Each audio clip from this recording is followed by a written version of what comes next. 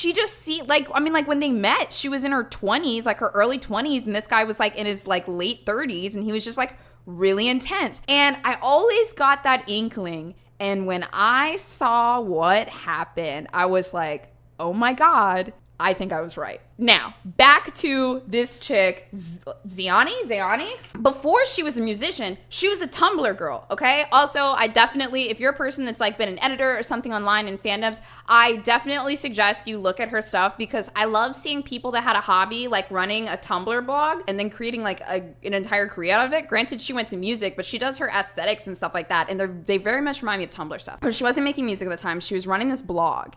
And Yolandi Weiser reaches out to her. I don't know, there's this one message where she's really, really weird. And basically, Yolandi reaches out to this girl on her Instagram and is like, hey, I love your style.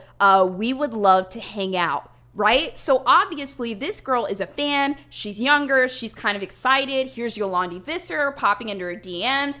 Great. They connect. Okay. Now let's start reading the emails, because I'm f***ing nosy.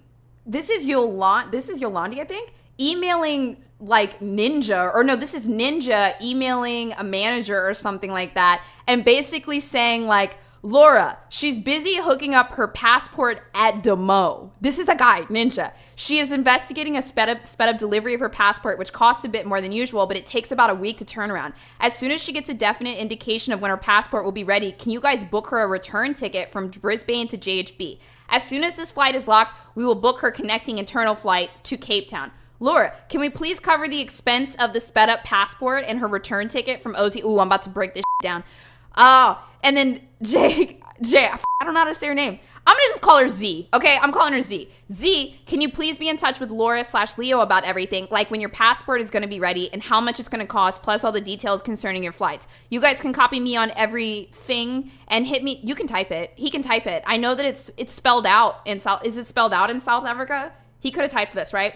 You can copy me on everything and hit me up anytime you need my help with anything. Trying to hook up this trip ASAP, 8 days with travel on each side. This is fucking weird to me. He has this girl CC'd on the email. To me, this kind of like seems like him flexing his management team, right? He's saying like, hey, can we speed up her passport? We can do this. Hey, let's book all of your flights. Hey, we'll pay to get your passport expedited. Hey, can you be in touch with Laura? I'm really busy right now. It's like all of this like, look at who I am. And if you're like a 19 or 20-year-old girl that just like runs a Tumblr blog and you think this band is really cool, like this is awesome. So that's kind of how things started. Now, let me tell you guys how I found out about this.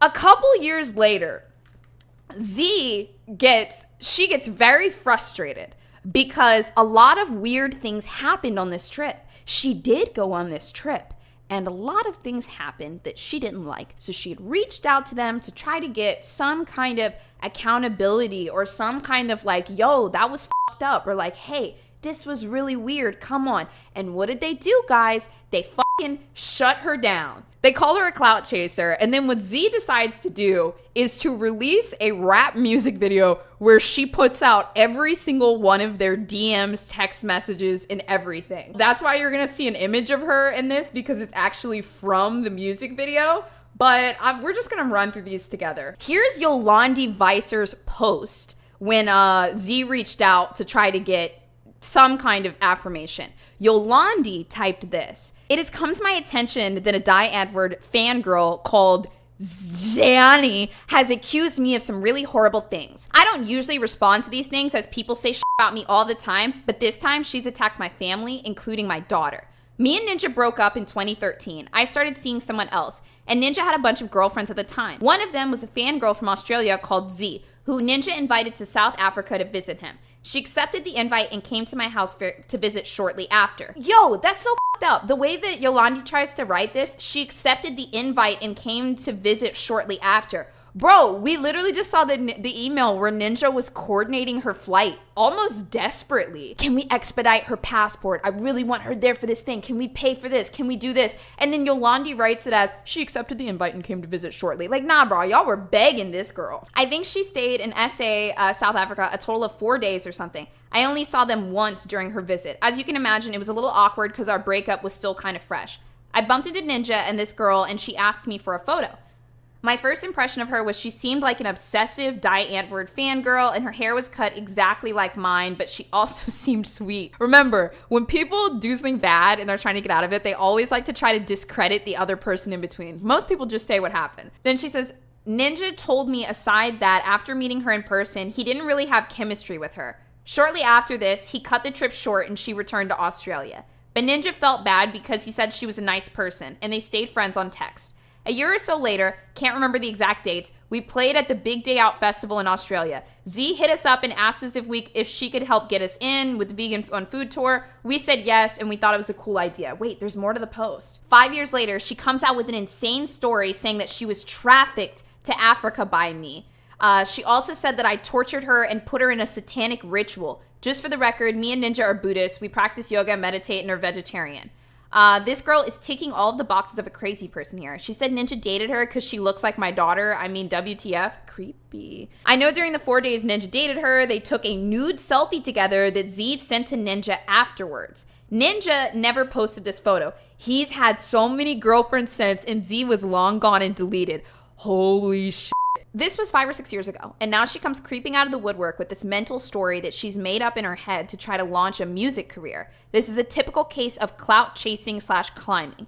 Please, let this be a lesson to y'all. Be careful who you let into your space, especially IG thoughts. Love all but trust no one. Women are very powerful, but women who get dumped can turn sour and more sour. Oh, shut the up, Yolandi. Yolandi. Shut the up. It is dangerous when they start making up lies and believing their own bullshit to get back at whoever dumped them. Don't abuse your power, girls. You Yolandi. Oh my god.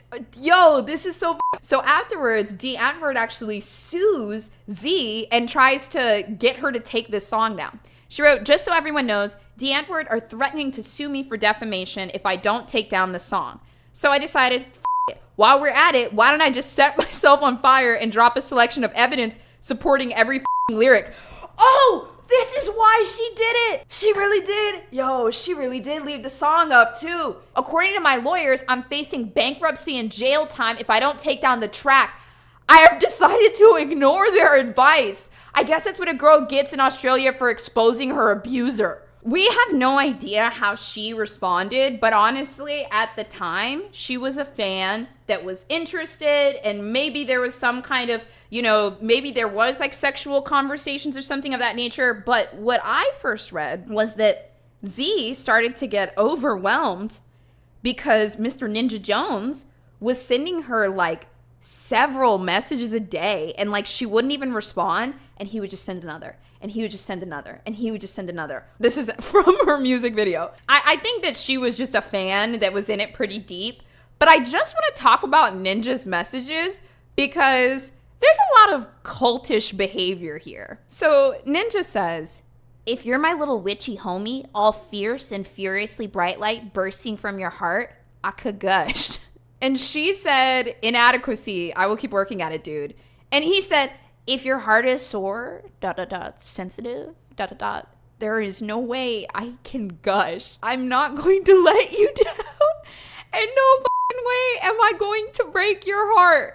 And she said, you don't have to break it. And then you can also see, like, based on where her timestamps are, like, there's no like further message. She's just giving him these short little snippets. Or maybe you go through a massive personal shift and then maybe try a comeback like Eminem.